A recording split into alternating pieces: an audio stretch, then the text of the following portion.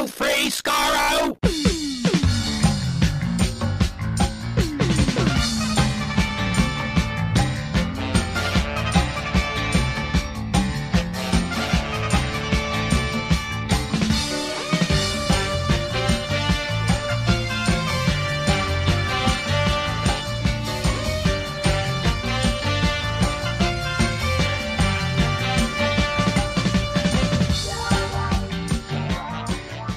Hello, everyone. Welcome to Radio Free Skaro, episode number 912. I am Stephen in Edmonton.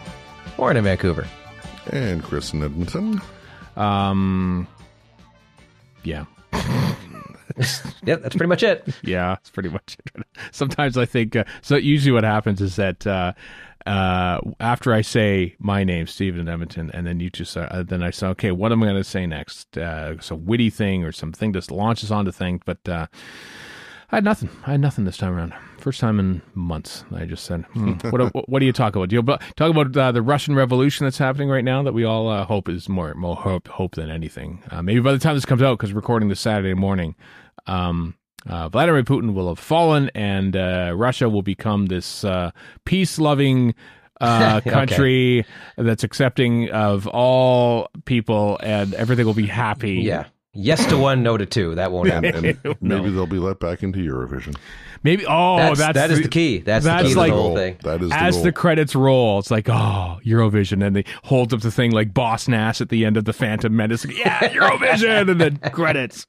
They never explain what the hell that sphere is for. Maybe they do. I don't know. It's like an award or something. What is it? But like, I mean, yay, Star Wars not explaining what something is kind of the charm of Star Wars. So that's true. Like medals. I think. I mean, they're obviously just trying to replicate the medal scene from the beginning of the first Star Wars. You know, that movie way back when. As Lucas said, history doesn't repeat itself; it rhymes. Here's the thing: we can give him crap for that, but the biggest film of last year was Top Gun Maverick, which is basically Top Gun. So, yeah, boy, oh boy, I haven't seen that. I only saw Top Gun once, and it wasn't in 1986. Let me tell you, I hate them both. I'm not a fan of either film. So, I think they this is suck. the person who just saw War Games recently. I just saw War Games. Yeah. What'd you think of War Games, by the way? Oh, it's fine. It's good. There you go. Yeah, fun little movie. It was directed. Oddly enough, the credits came up. It said, "Oh, directed by John Badham." I think, that he directed. I mistakenly 2010, the year we made contact. Oh, he did 2010. He also did Saturday Night Fever. Oh, that's right. Yeah, he did. But I mistakenly mixed him up with John Borman. Who did Excalibur? Which we watched the next night. That was a very weird movie, Excalibur was. I was just thinking the other day that we had this glorious age, as I become you and dip back in the 70s and 80s and 60s, the glorious age of the working man director who still kind of had a stamp and was really good at what he did, like John Badham and Sidney Lumet, and there's a few other ones I'm trying to think of here. Alan J. Pakula is another guy. Like, you got working guys working on Marvel stuff, but it's different. It's just the guy they bring in, and then basically the VFX crew is the one making this film when you get right down to it. Right? It's kind of like just different. Yeah, it's kind of like modern, like, oh wow, you got this director, but sometimes you don't even recognize the director because they're almost like Marvel movies and comic book movies. You're kind of just gathering footage again. It's kind of like Rachel Talalay has said in the past about working on in the UK and in the US. Mm-hmm. In UK, on UK TV, you get paid less, but you are there from front to very start to the very end. You're there in the editing. Rachel Talalay was in Cardiff, according to Doctor Who magazine, which we'll get to, supervising the edit of her episode, her one special that she directed. But in the US, it's like, okay, thanks for the footage, and they're okay, thanks, you're gone, bye. We'll take it from here. And that's kind of what they're doing in Marvel movies now. It's a little unfair because Taika Waititi was hired to jazz up Thor, and he did. Like Thor Ragnarok is funny as hell because Taika Waititi wrote it. Like there's and directed it. But then again, he's outright said, okay, I do my thing, and then they do all the other stuff. They don't expect me to direct the action, or I might be misrepresenting him a little bit. No, I think Nick, you're probably right. And then he goes on YouTube and criticizes how they look in a viral clip. By the way, before we move on to things, I just want to say that over on the Incomparable Network, they're recording some podcasts for this summer, and they're doing the indie films because the new Indiana Jones movie is coming out next week. Or this Friday, I guess, as this comes out. And so Erica was doing the one for Crystal Skull, which came out in 2008. and we both everybody hated that movie, and it was all terrible, and it sucked, and the Shia LaBeouf was terrible and everything. So we watched it a couple nights ago, expecting to, oh boy, here we go, because Erica even refused to like acknowledge the existence of this movie. And we're watching it, and the first 40 minutes is going, by the 50-minute mark, I turned Eric up. This is fun. This is a fun movie. What was our problem? It's Spielberg. Even crappy Spielberg is still Spielberg. It's not even crappy. It's better than Temple of Doom. It's a good movie. I don't know what. Yeah, that's fair. I don't know what was wrong with us in 2008 that we just completely disowned this movie. It's a genuinely good movie. I was like, every time I thought, oh, okay, here's the ants. This is the part. That wasn't as bad either. There's about the CG silly that's sword fight. dodgy, but a little bit, but even that was like, I was expecting to get really bad.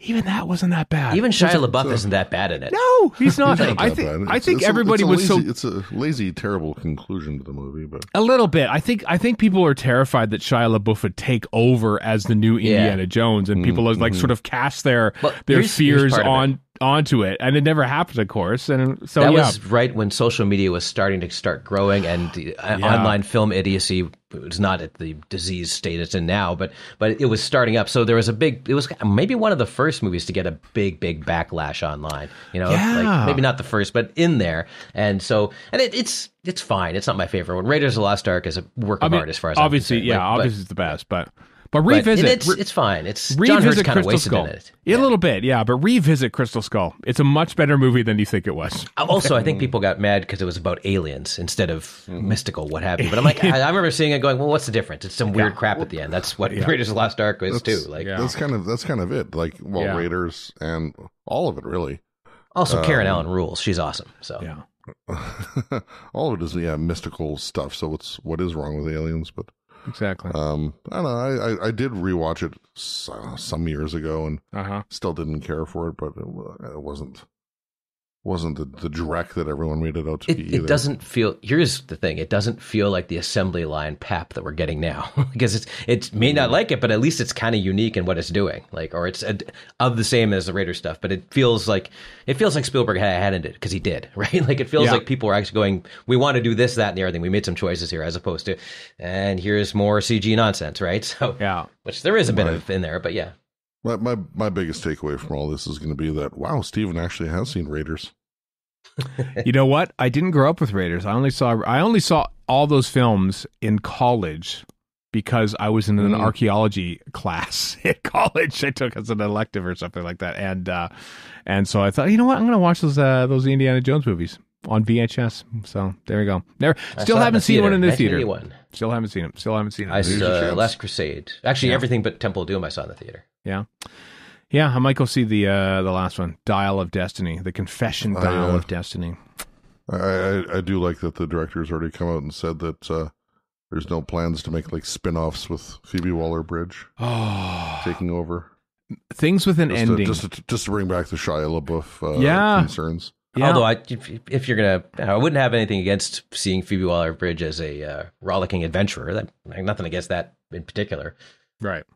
But spin-offery just is tiresome in and of itself. Yes, it is. Oh, thank God that they're just like, we're just going to end the thing. How about that? How about we just end things? Like Star Trek Prodigy. So we'll talk about Doctor Who Magazine 592, but since we're segueing into sort of general stuff, this segues into sort of our lead topic today as well, which is nobody's going to San Diego Comic-Con, which apparently now includes me, because Marvel, Netflix, Sony, HBO, and Universal are all skipping Hall H panels because of the writer's strike. That's a big part of it. And they're bleeding money. That's probably part of it too. Bleeding money a little bit. There's potential an actor strike perhaps come June 30th, which is all up in the air. So because of all this uncertainty, they've all said this. So Disney, Variety reported on this. Links in the show notes at radiofreeskaro.com.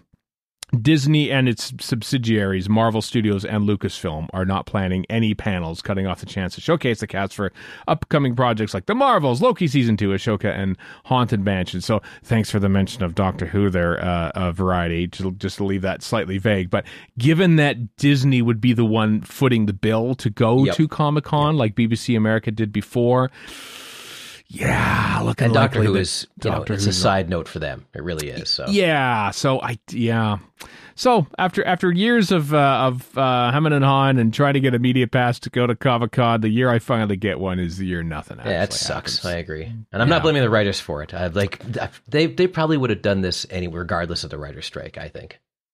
I don't know. I think they're just the industry right now. Boy, remember October of 2022 when they announced that Doctor Who was coming to Disney Plus, and everyone was like, "Wow, this is still is amazing." I mean, it's still a service, but like, I referenced Star Trek Prodigy. So Paramount Plus is axing 4 shows, one of which is Star Trek Prodigy, which is almost pretty much completed.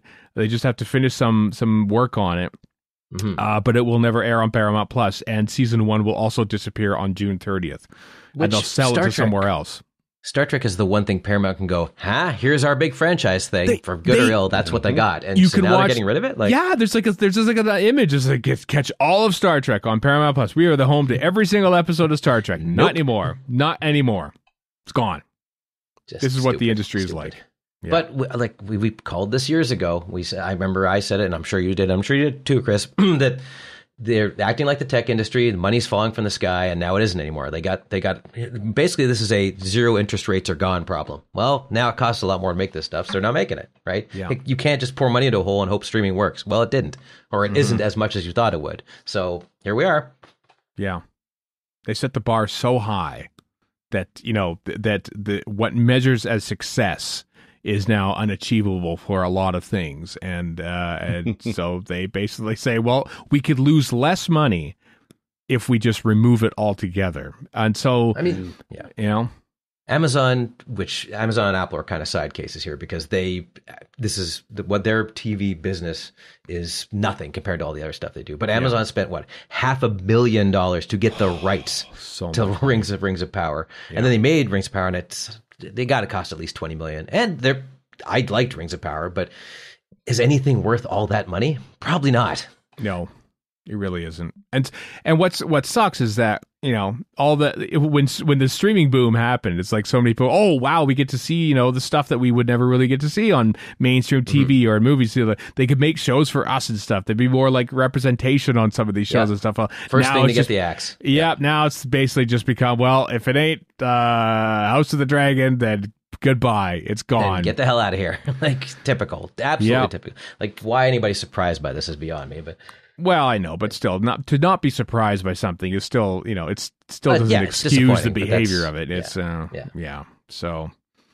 So yeah, very likely that Doctor Who will not be at San Diego Comic-Con, and so I probably won't be there to cover it. So very few people will be at San Diego Comic-Con.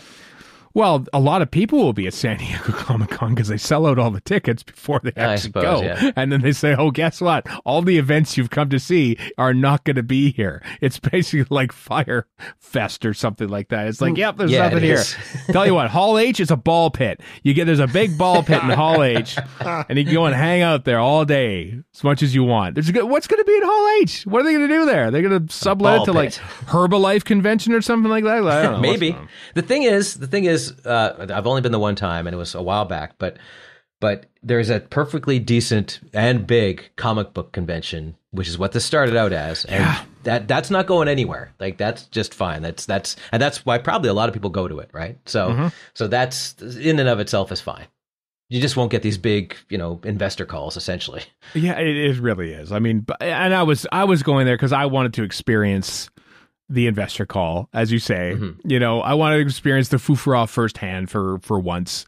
It is fun to do. Yeah. Yeah, as to cover it, because I covered it for the podcast. It was basically a work trip. Erica wasn't even going to come with me. So this is a work trip. I'm going down to cover stuff and doing interviews and doing podcasts and stuff like that. But it's not going to happen. I'm not going to go because, no offense to the Doctor Who comics that are going to be talked about there and stuff. But, it's I can get that without dropping a lot of money on a hotel in San Diego in mid-July. So yeah, disappointing. But maybe next year.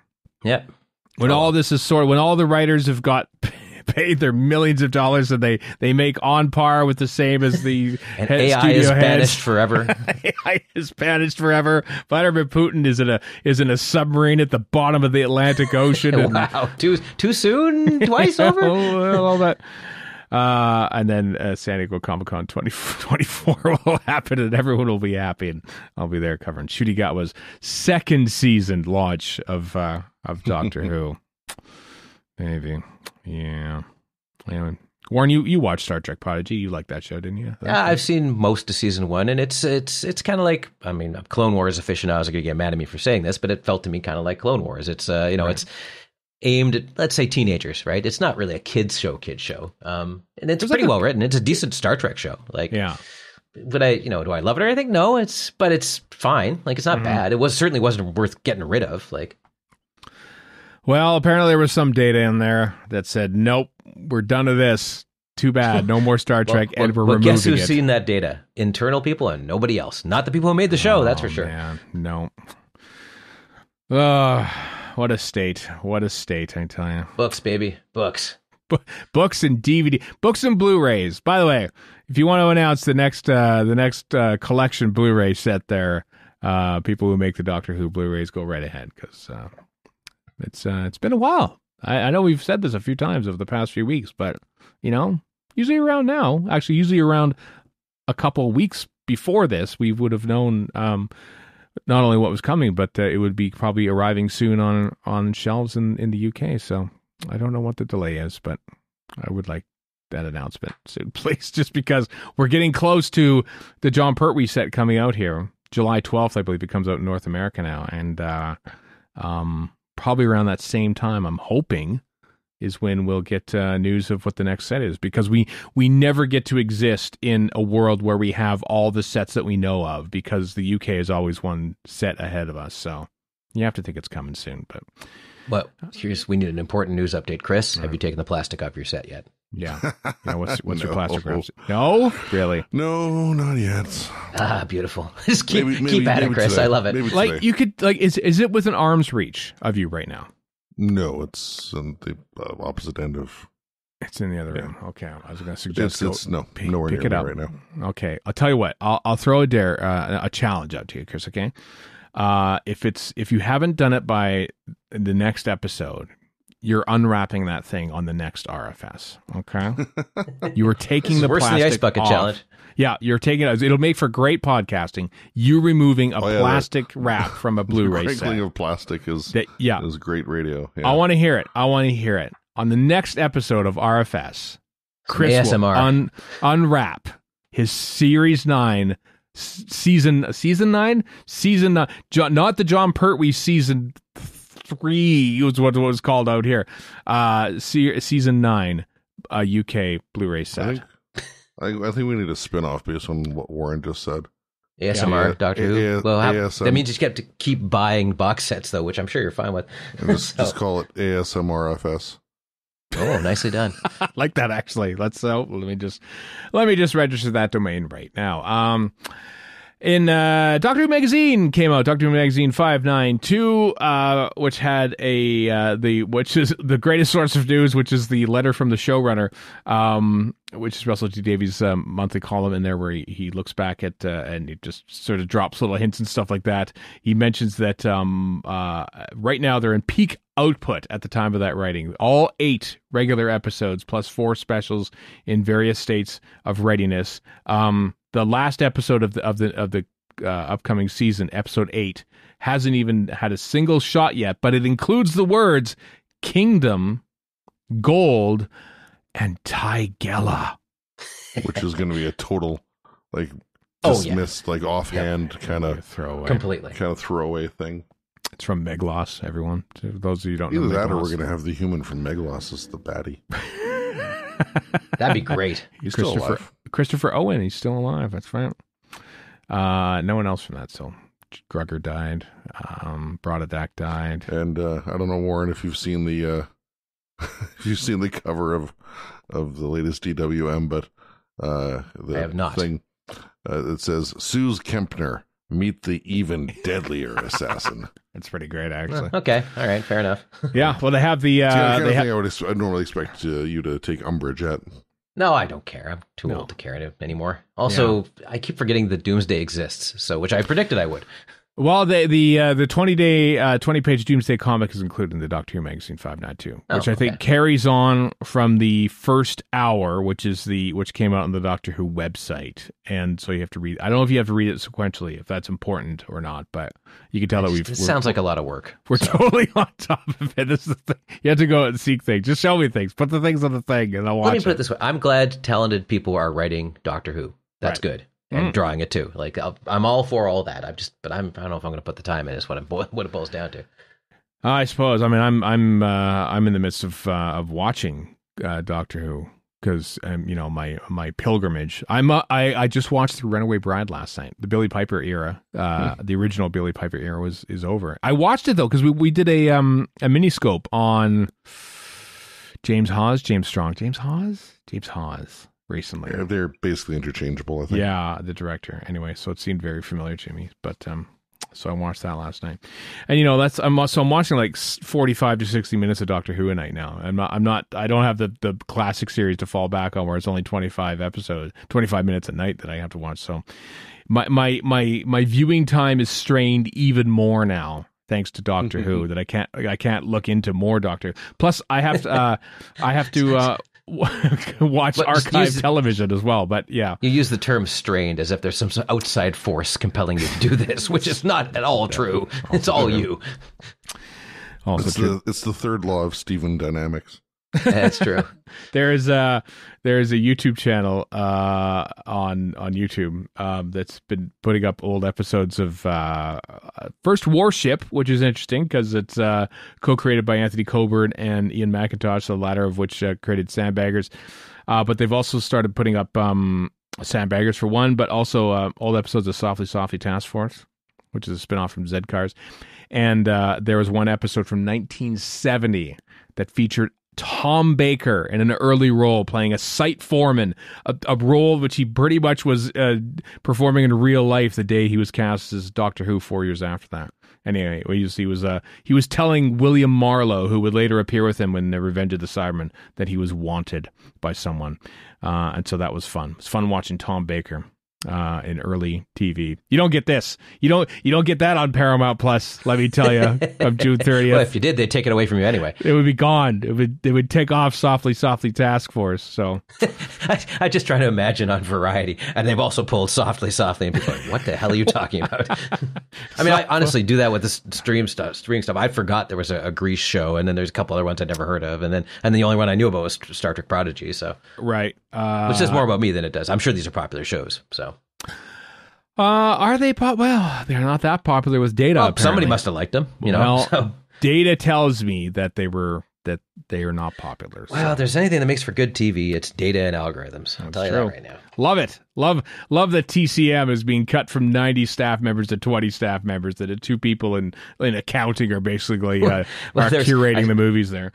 And apparently Spielberg, Scorsese, and Paul Thomas Anderson had an emergency meeting with him because they're obviously huge fans of old film. But I saw somebody take a still from Casino where they've got where, spoilers for a 30-year-old movie, Joe Pesci is getting a baseball bat from behind. And so two of the guys in front of him are Spielberg and Paul Thomas Anderson. And the guy behind him baseball batting him is labeled Scorsese. And Zaslav is Pesci, right? Good times. Funny. Also in that, so they were talking about Doctor Who magazine and talking about the next season being looked at. Like 4 scripts are being written right now simultaneously, which leads me to believe that is Russell T Davies writing them all, or is he farming them out to other people? I don't know.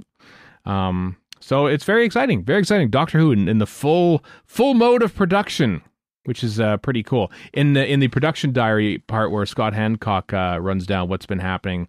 Very vaguely sometimes, but he also drops in like people who are working on the show. And it was mentioned there that the director for Block 5, which is the current block that they're currently shooting, is one Jamie Donahue. He has never directed Doctor Who before. He's a relatively young director. Directed episodes of The Last Kingdom, The Innocents, and Endeavour, and also Discovery of Witches in A Town Called Malice, not A Town Called Mercy. Good name. And now he's doing Doctor Who. The final 2 episodes of the first season of Ncuti Gat was Doctor Who. So there we go. 2/3 of the way there for the mini. It's unfortunate that all these directors are doing 2 episodes because they're just teetering on the brink of a miniscope episode about them. That's the key to the whole thing. Yeah, very much is. So good luck to you, JV Donahue. Direct that 3rd episode, and you too can be judged accordingly in the miniscope by 3 morons. That's true. There's a bunch of books coming our way here in the summer months leading up because it's the 60th anniversary of Doctor Who, don't you know? So all the books are coming. One of them is this is very exciting. Pull to Open 1962 to 63: The Inside Story of How the BBC Created and Launched Doctor Who. It's from Paul Hayes. Comes out July 24th. Paul Hayes wrote the excellent The Long Game, which is basically about how the modern series came back into being. We had him on the show to talk about that whenever that came out, 2021, I think. So he's writing this one as well. Very much looking forward to it. Pretty sure that Paul will be on to talk about this one as well around launch time. Great cover. Andrew Orton directed this. Yeah, with a little. Yeah. It's like a little model kit with little various props, including Warren. I thought of you. Yeah. Camera. Yep. Big giant old timey studio camera. Roundels on there. I kind of wish that would actually exist in real life. That you could actually get that little model kit and put it together yourself. But time to buy a 3D printer. Oh, that's right. You can make your own. Don't send Steven down this road. Don't do that. Like, just don't give him something new to obsess over. Chris, you got room for a 3D printer, right? I can just sort of outsource that to you. Can you just do that? Well, I mean, you can buy it, you can keep it here, and you can visit it anytime you want. It's fine by me. But then I could use it too. Sure. If any of the 3 of us would master the art of 3D printing, I would think it would be you, Chris. I think you're the most technical minded of the 3 of us. Yeah. Yeah, but probably the least artistic. This is why we're on the podcast together, because we each have our own strengths and weaknesses. And what it amounts to is that you're the least artistic. We're the most artistic, but we don't have any technical availability. So what happens is nothing happens. Yeah, exactly. Between Diddly the 3 squat. of us. Yeah, between us. It's just like, if only we could combine our efforts into... No, nothing. It's like the Avengers that just didn't try, and that's what we are, basically. Yeah, the Defenders, as they're known, which is a real thing in the comics. The other Avengers who aren't as good. No. A very quick and basic Google search shows that there are many 3D printing models for Doctor Who to be had. Neat. I'm not sure if these are ones that I have quite a few myself that a friend made for me. Oh, that's right. Yeah, I've never because I'm a Lego purist. So sometimes I think, what if I had like a Lego piece that was just this exact thing and I could make it on a 3D printer? But that wouldn't be right. Listen, the guy behind Custom Who sent me a Cyber Brig, so I am not a purist, and I love the Cyber Brig. I think it's great. That's true. Anyway, Pulled Open. Very much looking forward to this book. Coming out July 24th. Stay tuned to this podcast for more details. So that's coming out from 10 Acre Films, who's been putting out a lot of interesting books currently and to come over the next few months. So another one we're looking forward to is This Is a Fake, by the way, coming up from Andrew Mark Thompson, which is really, really good. So yep, pre-ordered. We'll be doing something on that as well over the coming weeks and in the run up to the launch of that. If you follow Andrew Mark Thompson on Twitter, he does these wonderful Photoshop joke images of Doctor Who related things that look so real that you think they actually did exist back then. And they're silly deep dives. They're very funny. It's just great. Well, yeah. A lot of Doctor Who, but also just other general 70s British TV stuff. TV stuff, yeah. Like the Threads Christmas Annual and stuff like that. Yeah, like it's great stuff. Superb stuff. So, lots of books coming. Another book that's coming from Penguin, but this is like official. Doctor Who 10 Days of Christmas from Steve Cole, where it's festive tales of the Doctor's 10th incarnation. Not the 14th, the 10th. The first Grover Cleveland. So a whole bunch of short stories about Christmas and the 10th Doctor. So that's available for pre-order, coming out October 12th. That's coming out. Links in the show notes, radiofreeskaro.com. A couple big Finnish notes to tell you about the last, so they tell us, the last box set of River Song, the Dire River Song, the Orphan Quartet, is coming out in August of this year. River Song and Jackie Tyler versus the Crotons, which does feel like a random Doctor Who plot generator came up with that. Yes. A Mad Lib. Yeah, a Mad Lib, exactly. Or a Sniglet, or indeed a son of a Sniglet. I don't know what a Sniglet is, Warren. I know it was in the Simpsons joke years and years ago. That's about all I know about it. Oh, okay. I don't know what that is. Anyway, it's so four different episodes about the River Song. I wonder why they're ending it. The Big Finish never stops things on their own volition. Just like, this is so weird. Probably she's busy. For things to have ending. I don't know. It's just like, you know what? We've done enough of these, so it's done. So there you go. Last chance. Until of course she comes back in something else, because they always come back. People always come back to Doctor Who. They can't get away. But the River Song Diaries ends in August. Also coming in September is a new Fifth Doctor audio set, the Fifth Doctor's Anti-Communist Alliance. Because the TARDIS what a team, weird sentence. Right? I know, the TARDIS lands in Soviet-era Warsaw, which is cool. Cold War stuff in Doctor Who is kind of cool. I like that era of stuff. Warsaw in 1982. So that's where where this set is. Speaking of Big Finish, there's a Cold War set War Doctor, which is pretty damn good. I don't remember the title of it off the top of my head, but it's very good. Is that the... And that's proper John Hurt ones, too. John Hurt was, okay, not the... not to take anything, it's Jonathan Corley, who's quite good. But. Yeah, it's very good, yeah. Anyway, links in the show notes for those two Big Finish things coming out in August and September, respectively. Also, happening in August 18th to 20th, Long Island Who is happening. Paul McGann's going to be there amongst a whole bunch of other guests, but kind of like how they did last year with Peter Davison appearing in photo ops in his Fifth Doctor costume. Paul McGann will be appearing in photo ops in his Time of the Doctor / Power of the Doctor outfit. I didn't know this until they posted a video.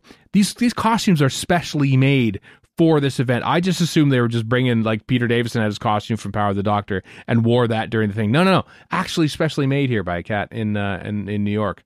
And so they're doing the same thing for Paul McGann and his wonderful updated outfit that he wore in Power of the Doctor and Time of the Doctor. So that's pretty cool. Pretty cool to get. So cosplay up, kids, for your photos with Doctor Who, with Paul McGann at Long Island Who. I predict 1 hour in, he'll be like, if I hear I don't do robes one more time, I'm going to kill somebody. Like, how do you say I don't do robes in a photo shoot? Is it possible? Like, I don't know. Something you just have a picture of somebody holding a robe going, bleh, gross. Like a speech bubble or something, like, hold this up. Pretend you're saying this as I give you this thing. Speech bubble. Anyway, that is it for the news, which means it's time for the waning days, kids, of the Timelash, where we look back in this week in history, running through all the DJ hits. By the way, as we round out the Timelash, the last one will probably be July 8th or 9th, whatever episode that is. Because then we'll just really start repeating ourselves. So hope you enjoyed this 2-year trip back through time of random banter, basically. June 25th we'll start on. Anything happening June 25th you want to mention that was exciting that day? Mm-hmm. What do you got there, Chris? Well, speaking of the Crotons, Robert Holmes commissioned to write the Crotons. Wow. 1968, and then the same day of the year after, David Whittaker commissioned to write The Ambassadors of Death, my favorite from season 7. That's quite the contrast there. Yeah. Well, whatever David Whittaker was commissioned to write didn't end up on screen. Let me tell you that, because Malcolm Hulke rewrote most of that whole thing. But that's cool that it started life back as a David Whittaker script. I think he only wrote the first 2 episodes, and then Malcolm Hulke took over and reworked a whole bunch of it. So that was the deal with that. Also, speaking of Tigella, in 1980, they're doing some Megaloss recording. Yeah, it's like everything's tying back to before. Yeah, and there's even recording for Cold War taking place. So we can Cold War stuff. That's madness. How about that? But if you want to talk about 1980 for Shot Up, please do. I was going to talk about that. I was going to talk about the War Machines episode 1.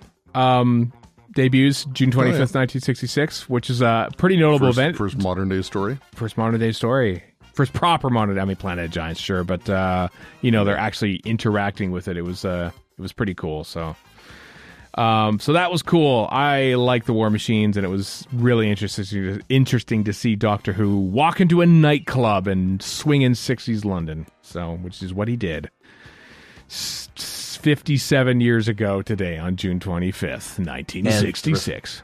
The restored 35mm footage, or even 16, or whatever it is, it looks amazing. It's 35, yeah, because they found the original location footage. Yes, you alluded to it. 1980, June 25th, a lack of studio space forces John Nathan Turner to abandon his plans to complete Shada as a Christmas special. Damn. Yeah. Oh, well. We got several versions of Shada over the years to come. That's very true. Yeah. True. But yeah, I mean, they gave that one the old college try at least. Yeah, they did. I'm trying to think of Modern Who had anything that comes even close to the cluster bleep that was Shada, and I can't think of one. Of Modern Who? Yeah. Well, that we know of anyway, you know? True, yeah, exactly. Anything from Keith Boak. No, I just mean in terms of like trying to get this thing made and going through all these hoops and it just not happening and all the rest of it. Yeah, well, I mean, until we get proper documentaries made on how stuff was made in the modern series, we won't know, I guess, you know? Proper scuttlebutt. I mean, Day of the Doctor itself was a bit of a struggle. Yeah, that's a good point, yeah. You know? I mean, nothing, like, no recordings weren't canceled or anything like that. I suppose the bus in Planet of the Dead. Yeah. I mean, we're kind of reaching with all these compared to Shada, but a little bit. Yeah, as close as we can get. So there were no BBC strikes or anything that have thwarted Modern Who recording sessions. So, yeah, until we have that, you haven't truly lived until you've had a whole block of episodes canceled because of a strike. So. Let's see. Let's move on. June 26th. How about Ian and Barbara leave this day in history, June 26, 1965, at the end of The Chase, Episode 6, The Planet of Decision. They land in London, 1965. You betcha. Which was never a thing until Amazon, or Twitch, I guess. Twitch? Still Amazon. Yeah, Twitch streamed it, and it just became a thing. It was beautiful to see that happen. It was so great. That was one of the great things in Doctor Who, honestly, those Twitch reruns. It was amazing. I think we derided it at the time, thinking, oh, who's going to just watch on Twitch? And, like, so many people watched. Tons of young people did, classic too. That was Doctor the Who. best part of it. First watch on there. Oh, what a wonderful time. I think Doctor Who magazine should do... What's that? Tons of people who think of Twitch as, like, a primary source of consuming content. Yeah, I suppose so. They watch a lot of gaming. We don't. No, we don't. We're not the age group either. Yeah. Although we don't think of that. I've got a friend who streams whatever he's playing stuff, and I watch him, and me and 3 other people watch him. So right. it's good for that too. It's like not always watching some big whatever. I've seen people tweet about this. It's like whenever some big Twitch streamer moves to another service, you're like, who the hell is this? Like I've never heard this name before. Right. These random words and numbers put together. What is this? I would like, maybe they've already done this, I can't remember, but I'd love like Doctor Who magazine to do like a feature, like, 5 years on, I can't remember how long ago it was, the Twitch thing, to do like a follow-up, like, hey, people who watched Doctor Who for the first time on that, where are you now? What did you think of it back then? What's your opinion of the show now? Did you stay a fan? All that sort of thing. I'd love to hear what younger people who watched classic Who for the first time there think of it now and what they thought of it then, because it was just so much fun to watch that unbridled joy for this brand new thing to them, for this very old creaky show that we've grown to love ourselves. But I was always like, we don't dare show this old show to modern eyes because they'll think it's terrible, and so many people loved it. It was just I wonder, because I don't remember, and I could be wrong about this, but I don't remember things like Plex and other services streaming Doctor Who continuously and Roku and all that until that happened. So maybe that pushed those guys to do that. I don't know. It's interesting. It's like, all that fast, free ad-supported television thing sort of wasn't a thing at that time with when it was on Twitch, and now it is. And yeah, I don't know. Anything else, June 26th, jumping out at you want to mention, you want to talk about? Death of Bunny Weber, 1969. No, 69, wow. How old was he, I wonder? Bunny Weber. He helped create Doctor Who. 60 years old he was. 60 years old, it says. Yeah, 6 years, which is old age back in 1963 and unfiltered cigarettes. Well, when you think as opposed to those safe felted ones, yeah. Yeah, exactly. William Hartnell at 55, looking like he did, and like Harrison Ford at 80, right, or whatever 81, whatever he is, and turning 81, yeah, still looking healthier. Good old Harrison Ford. Also, this is important. 50 years ago, June 26th, a photo call is held to introduce Elizabeth Sladen as new companion, Sarah Jane Smith. How about Still that? the greatest of all time. She's lovely. Lovely, Sarah Jane Smith. So that's pretty cool. And also 2010, debut broadcast of The Big Bang to wrap up Matt Smith's first season. Good. Oh, my God. I tell you, the moment when... I mean, I already loved Matt Smith from the word go. But I remember that when he's sitting next to sleeping Amelia as he's going back through time and stuff, thinking this is it for him. And just the moment that the speech, just the quiet little moment that he had to think of, he might be the best of all time.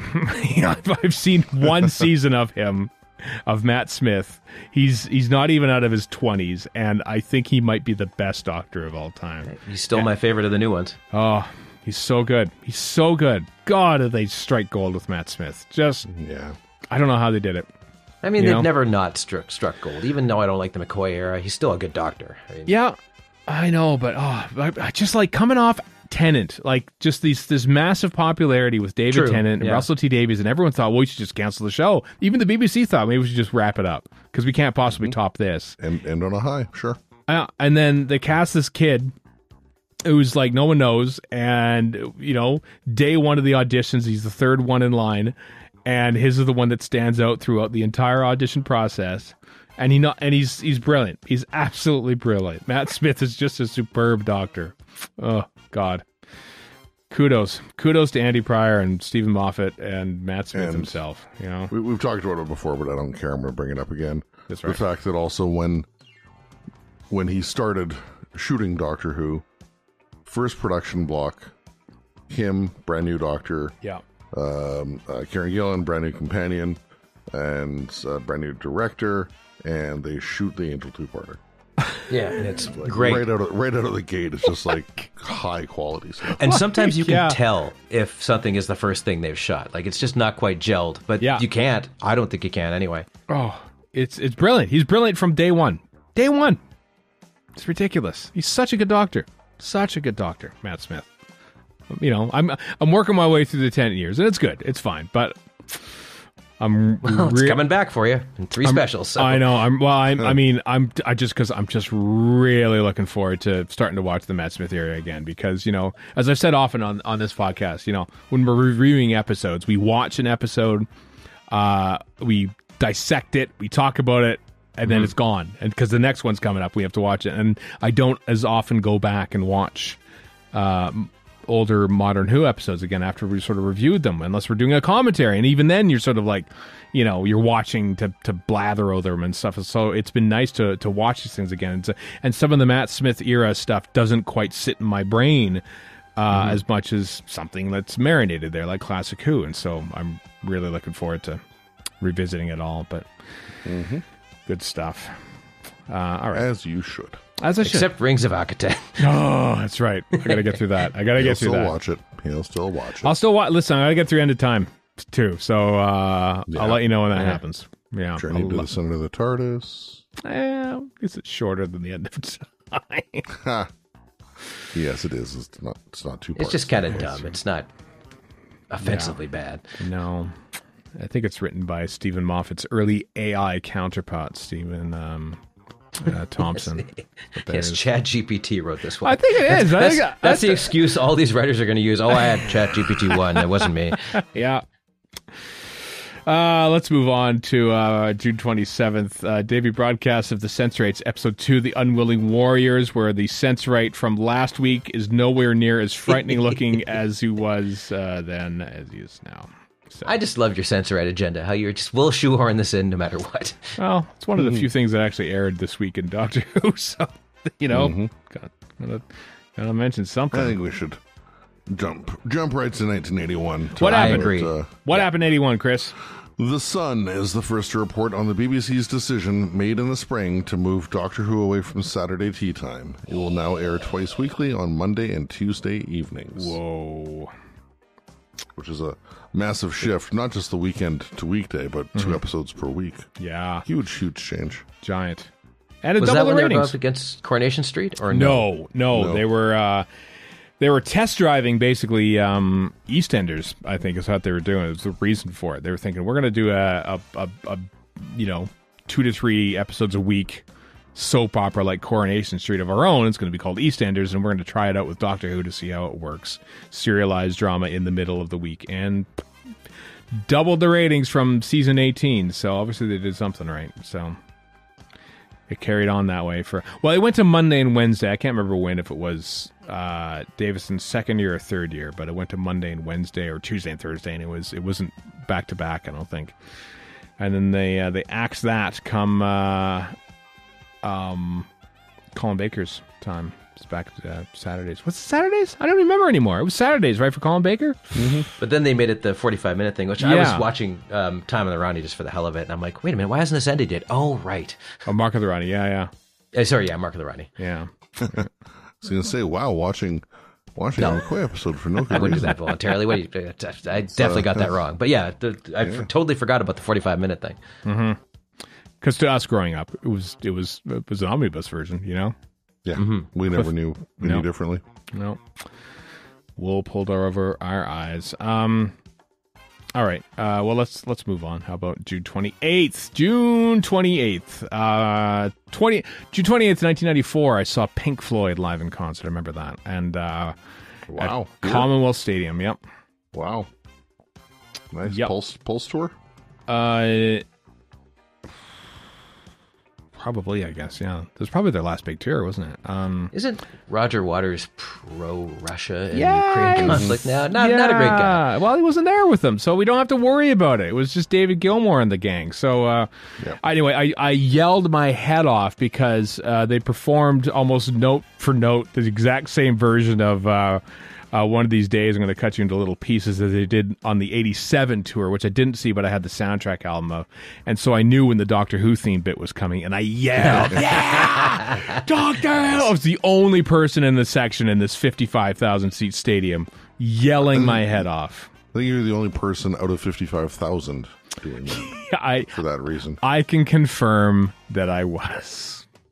But that was a bold. That reminds me of. Yeah, that was a bold thing to do as a young man of 19 years to yell out my love of Doctor Who. That was, you know.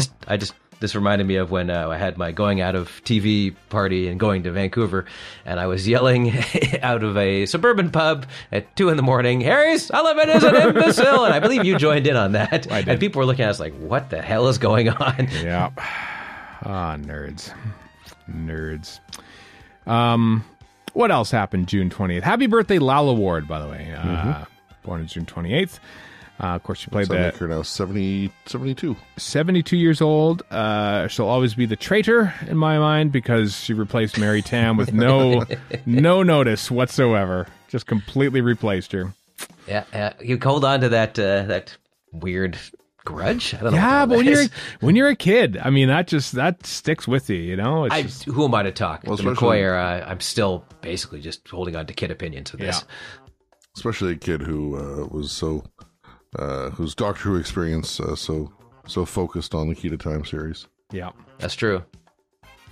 Yeah, I love the Key to Time so much. I love the Key to Time. Definitely got a few things we need to talk about for this day, but I'm just going to go chronologically here. And, sure. 1968, recording for The Mind Robber takes place. Studio 3, BBC Television Centre. Fraser Hines is suffering from chickenpox, so the script is rewritten to allow Hamish Wilson to play Jamie. Brilliant. I mean, Fraser Hines couldn't have found a better time to get chickenpox than the making of The Mind Robber. If he'd done it in The Invasion or the Dominators, it would have been. Wouldn't have been in it. Yeah, you just have to write him out. But instead, we'll just cast someone else because it's the land of fiction, and they make it work. The only other show that can pull this off, I mean, there's probably a few others, but soap operas where they do the thing where they have the understudy, the part of blah, blah, blah, we play blah, blah, blah, blah. And you're like, first time I saw it as a kid, I'm like, what the hell is happening? But it works. You kind of forget halfway through. I've never seen that. I know. I remember there's a Simpsons episode where Mo Sizlak is like on a soap opera, and they have a title sequence or something, and they basically have go from one actor to the other. Now playing the part of blah blah blah, it's Mo Sizlak, and I thought, did they actually do that in those days? No, they actually do. Yes, they do. An understudy. Day, I think. Wow, because you're basically making episodes almost live back in the classic days of soap operas, of course. But well, I was actually talking about that with my sister about the Writers Guild, and does that affect soap operas? I'm like, I would think they are Writers Guild East, but also they probably shoot these things 5-6 episodes a day, right? And then they get it, so they're probably several months ahead on these things, I would think. Or not, maybe. I don't know. I don't know. I should be more into soap operas because they're made exactly the way the classic Doctor No, you should not. They're all crap. They're terrible, but the way they're shot is fascinating to me. So why don't I watch these things more? What's always bugged me about American soap operas compared to other soap operas is that in Britain, it's always like it's kind of working class people or normal human beings. And in America, it's always titans of industry, you know, and in some small town. And then you go to, like, say, Mexico or someplace, and their telenovelas are just insane, right? Which is great. But America has the worst of both worlds. It's a bunch of rich, boring people. Yeah. But they're shot on multicam videotape, so... That's true. Yeah. You know.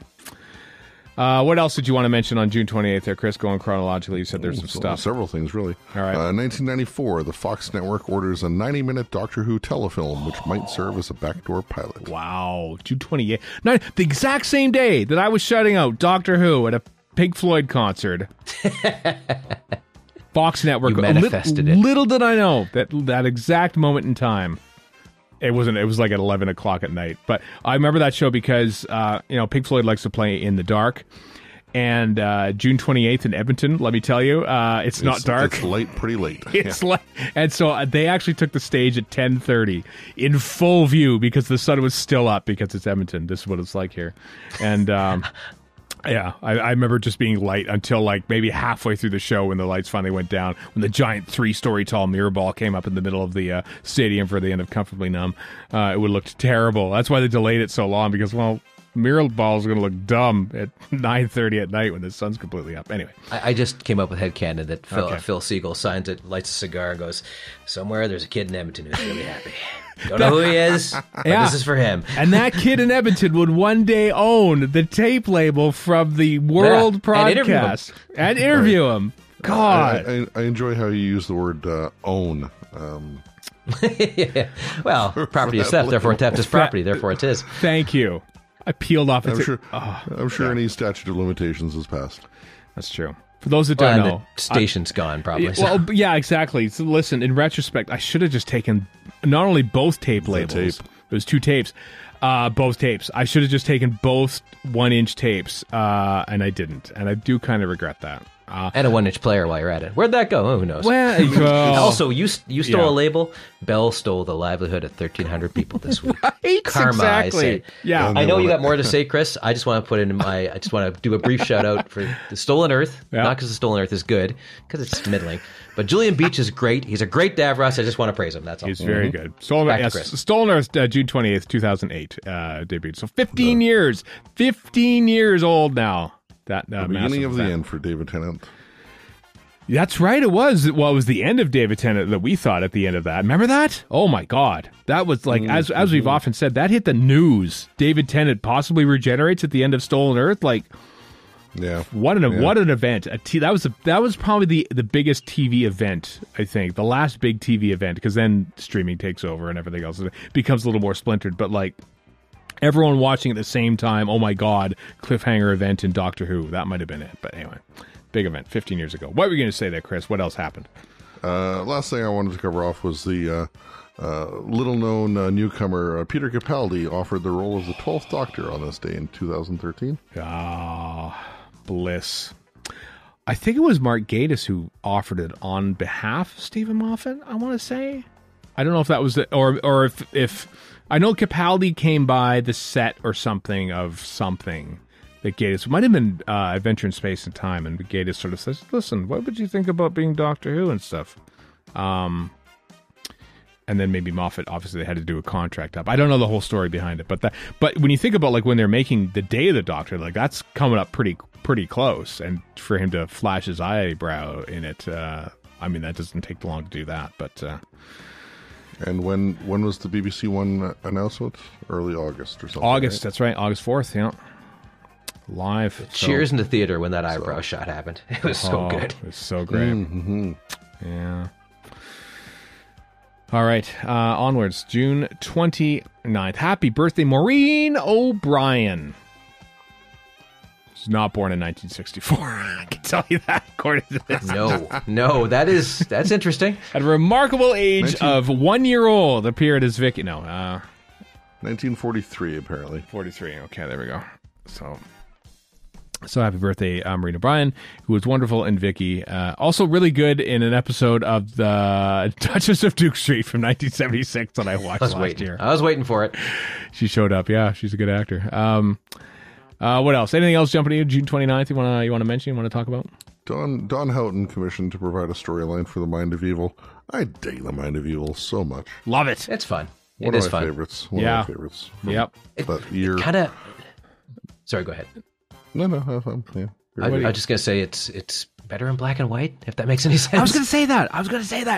It just feels like a black and white movie. Yeah, we're so used to it. Just too used to it in black and white. Yeah. Well, also it feels the more Cold War-ness to it. You know what I mean? Yeah, you're right. It probably doesn't help that they try their best, but the color restoration was maybe not as good as it could have been, or later technology might have allowed for. Oh, well, 5 of the 6 episodes, they, I think, used chroma dots for it. Yeah, and then episode 1 was hand-painted. Yeah, because the one time in history that someone making black and white film copies for BBC Enterprises followed the letter of the law and turned off the color on it so the chroma dots wouldn't appear on film.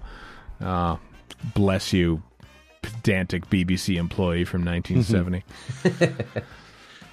Anyway, what else? Oh, it's a busy day actually that day in history because Don Houghton is provided a storyline for Mind of Evil. Malcolm Hulke, his first solo entry into Doctor, first credited. No, I tell a lie. Obviously, Doctor in the Silurians. I'm wrong. Colony in Space. Anyway, he provides a story for Colony in Space, which I love for no reason at all. I do too. Mm-hmm. It's just fun. It clicks for I don't know why it just does. Yeah, it does. Love Colony in Space. Always have. It's space, I love things set in space. The performance, I'll never remember his name, but the guy who plays the bad captain, he's just great. Morris Perry as Captain Dent. Yes, he's fantastic. He is really good in that. Yeah, and his ridiculous hairdo, yeah. Very, very good. Did we mention this last week, 1970, June 29th? Charlotte and Dennis Plimmers, The Cerebroids is abandoned. It was commissioned last week, and it existed for a blissful week before it was finally abandoned. They went out for dinner to a Chinese takeaway to celebrate the sale of the Cerebroids. And then a week later, they got food poisoning and... Cerebroids. Yeah, Sidney Newman was sitting opposite them because it's his favorite place. Thinking, I should fire the pair of you, and I do, even though I don't have anything to do with Doctor Who anymore. You're fired. They just brought him in for a special ceremonial firing. They bring in Sidney Newman.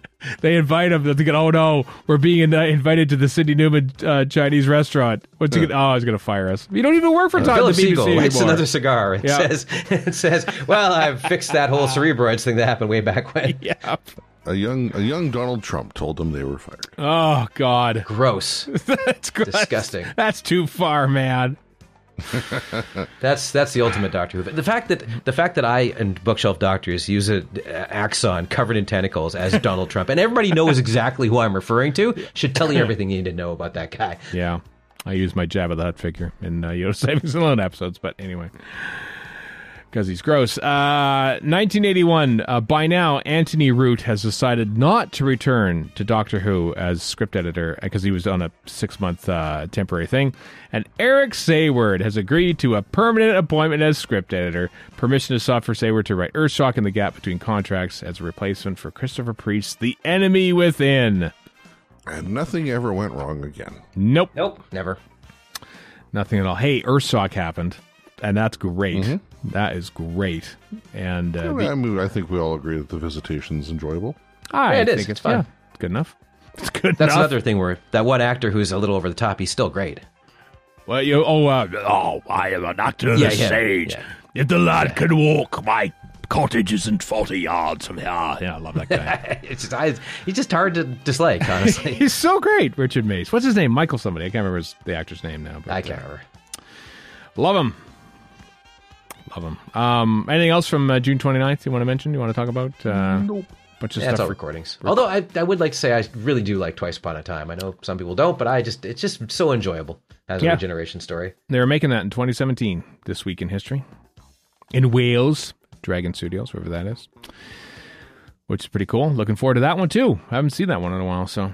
June 30th, I mentioned Malcolm Holcus. He wrote The Faceless Ones with David Ellis, who died this day in history, 1978. In that weird spate of Doctor Who writers dying between 1978 and 79, like Brian Hales, David Murder Ellis, Mystery, David Whittaker, Malcolm Hulk, Kit Pedler. They all died in that within a month or a year of each other. It's kind of tragic and sounds sad. Like that deserves its own investigative, well, maybe not investigative, but it deserves its own podcast. Yeah.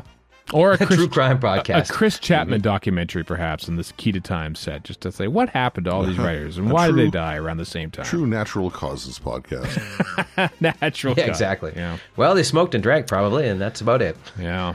2004. Yeah, what happened in 2004, Chris? 2004. The BBC announces that they have been unable to come to terms with the estate of Terry Nation for the use of the Daleks in the revived Doctor Who series. Hello, Toclafane. Yeah. Amongst other ideas. Russell T. Davies sits down with Rob Shipman. So, good news, bad news. Good news, we're going ahead with your script. The bad news is you have to completely rewrite it because we lost your one villain. For now. But I came back. So yay for them hammering that out because Dalek is superb. Having just watched it again very, very, a couple very weeks good. ago. Yeah. Warren, anything on 2007 for you? Why me specifically? You tend to enjoy talking the most about Last of the Time Lords. That day.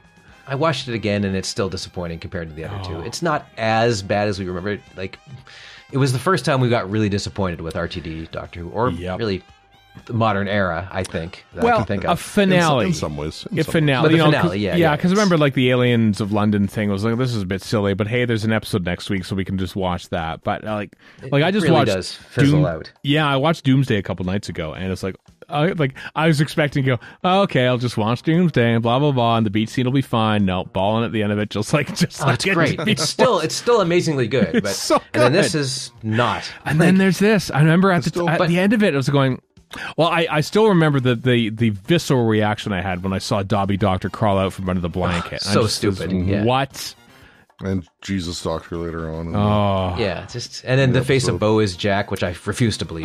That was fine at the because there was the double hitter of Jesus Doctor and explaining explaining the plot as he is as coming back to life. I just that's bad news when you have to do that. From the story plotting side of things, I do like the red herring of Martha having gone around the world collecting things for the gun, right? As well as when time gets reset, it goes back to the point after the American president-elect has been killed. Yeah, true. Also, the idea of Martha wandering the Earth for a year is pretty cool, I got to say. And they made a big Finish series, which I own, but I have not listened to yet. Yeah. But that is a neat idea. I got to give it that. President-elect, though, that was something that it should have maybe been checked. That doesn't happen. I'll never get over the sound of Druzzer Toclafane crash into the most American room you've ever seen in your life. Yeah. Flags absolutely everywhere. Yeah. And then, mere years later, that's a Trump rally. Yeah. Basically, so. Yeah. It is indeed. Right. Let's move on. Last one. Last one of the day. It's July 1st. Canada Happy Day. Canada Day. Hey, happy birthday, Canada. Look at this. What a day, too. Birth of Pip Baker of Pip and Jane Baker fame. Happy birthday, Gene Marsh. And happy birthday, Matthew Jacobs. So it's been on this show a few times. Of course, writer of the Doctor Who TV movie. All born July 1st. Just like Canada itself back in 1867. Where we celebrated Dominion Day. I don't know. When did it become Canada Day? It used to be Dominion Day, but now it's... I don't remember. Yeah.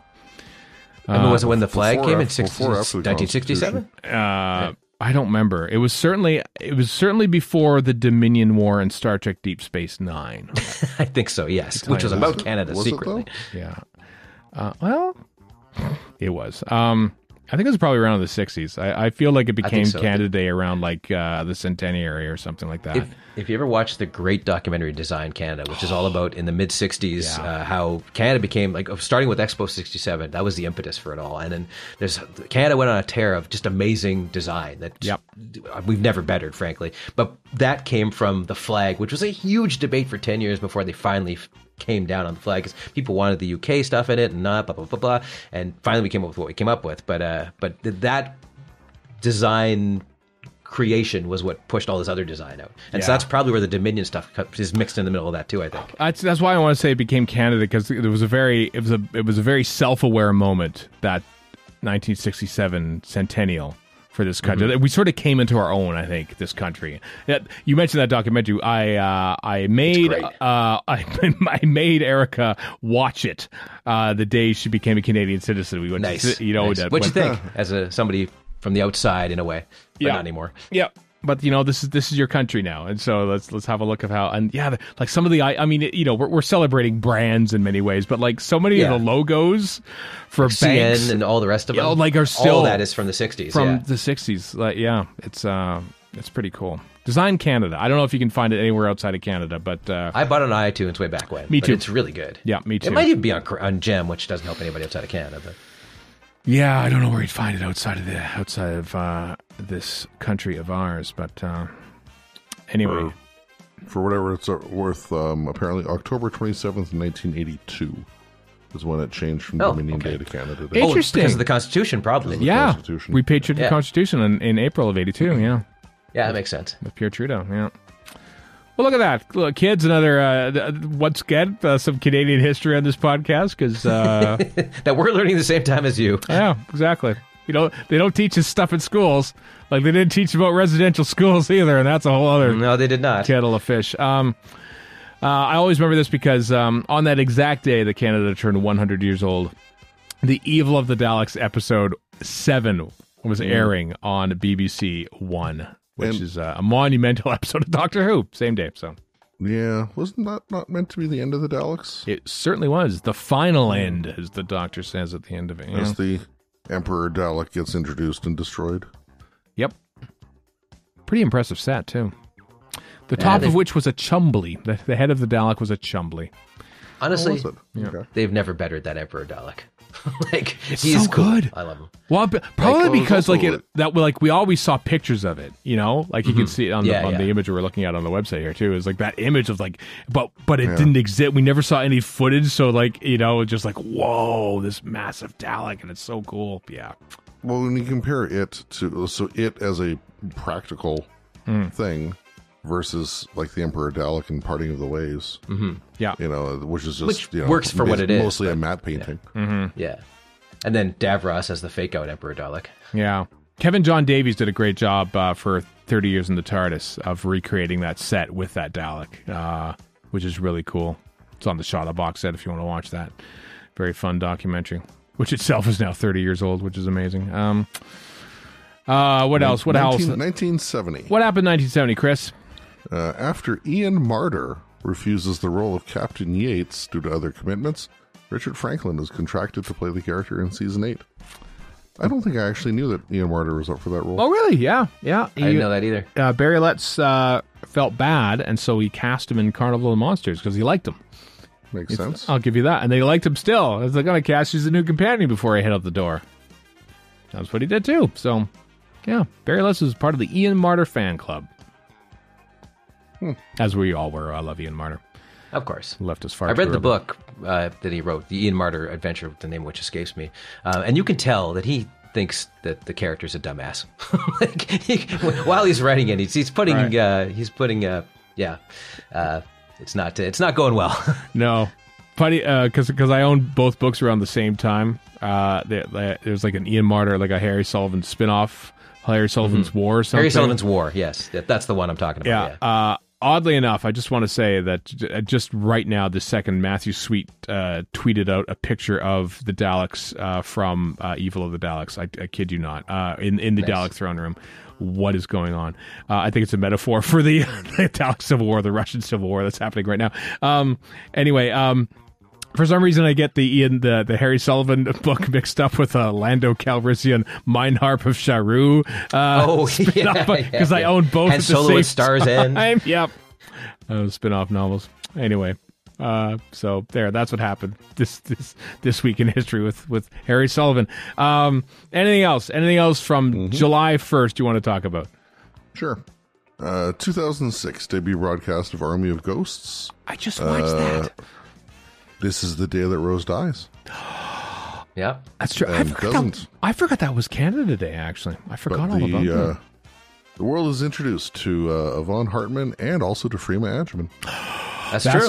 That's also true. Yeah. And to the single worst joke in Doctor Who history, the Ghostbusters one, which to this day grates my very soul. Having watched that 2 nights ago, Warren, doesn't get it better. Doesn't get any better, I'll tell you that. Like, why is it there? Stop it. These are things that, being an angry old fan, or not even angry, but just an old fan, I'm like, oh, RTD, I know you can reach such heights, but you could scale such depths as well. It's a little over the top. Yeah. Also, 2017 debut broadcast of the Dr. Falls on July 1st. July 1st! I keep forgetting that was July 1st. It's Canada Day. We didn't do anything. Yeah. Like, I don't remember that being Canada Day, but it was. I think we moved house at that same day. It was a crazy day. Like, moving house. That speech. And then. Just that speech. Oh my God, Peter Capaldi's speech. Where I stand is where I fall. Yeah. Also, I will rewatch just the last bits where the Masters kill each other, because that's just so well done. I love that. It's so well done. The music's perfect. They're both at top form. It's so good. Yeah. You know who could direct good Doctor Who? Rachel Talalay. Oh, yep, indeed. Good director of that Doctor Who show. Yeah. Keep calling her back to do it. I wonder why. Anyway, let's wrap it up there. How about then? For another week of time filling in this Radio Free Skaro world of ours. Where next week we probably won't be talking about San Diego Comic-Con, because it's probably not going to happen for Doctor Who. But we'll do something. We'll talk about something. The final Timelash, kids, is I think isn't that next week? I think it is. So stay tuned for that as we rattle and prattle on into the summer months on talking about Doctor Who. So until next time, I am Stephen in Edmonton. Warren in Vancouver.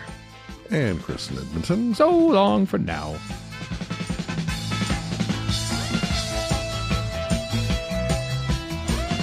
You've been listening to Radio Free Skaro.